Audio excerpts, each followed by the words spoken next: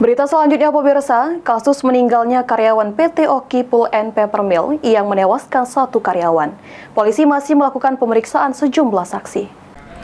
Akibat insiden kecelakaan kerja yang menimpa karyawan PT Oki Pulp and Paper Mill, Ari Wibowo 28 tahun, di Desa Sungai Baung, Kecamatan Air Sugihan, Kabupaten Oki.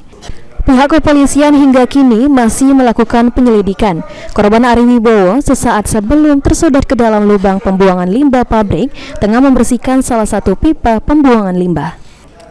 Kapolres Oki AKBP Hendrawan Susanto saat dihubungi via seluler dikonfirmasi terkait perkembangan kejadian pada Kamis kemarin mengatakan pihak kepolisian masih mengumpulkan data dan memeriksa sejumlah saksi, namun saat ditanya bagaimana kronologi sebenarnya, Kapolres Oki belum bisa memberikan keterangan pasti karena masih menunggu penyelesaian pemeriksaan polisi.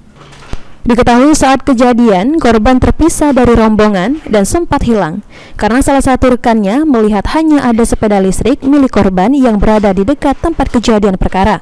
Hingga sekitar pukul 18:45 malam, korban berhasil ditemukan di lubang pembuangan limbah dan dievakuasi. Novan Wijaya, PAL TV.